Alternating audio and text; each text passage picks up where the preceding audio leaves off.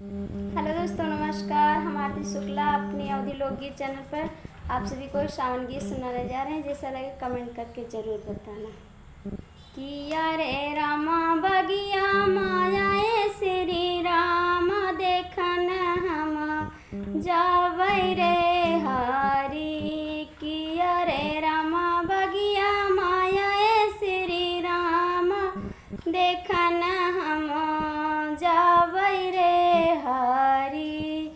सिर पर उनके सोहै मुकुटवा, सिर पर उनके सोहै मुकुटवा। किया रे रामा लक लगाए चनन धारी देखन हम जावै रे हरी। किया रे रामा लक लगाए चनन धारी देखन हम जावै रे हरी।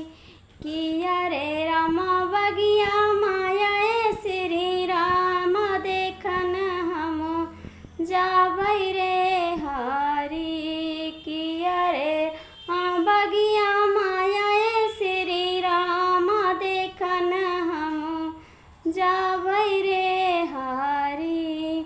गले में उनके बैजंती माला, ले में उनके बैजंती माला। की हरे रमाहत माली है धनुष बड़वा देखन हम जावै रे हरी।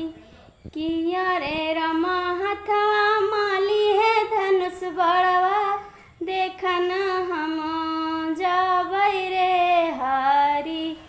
किया रे रामा बगिया माया श्री राम देखन हम जावै रे हरी।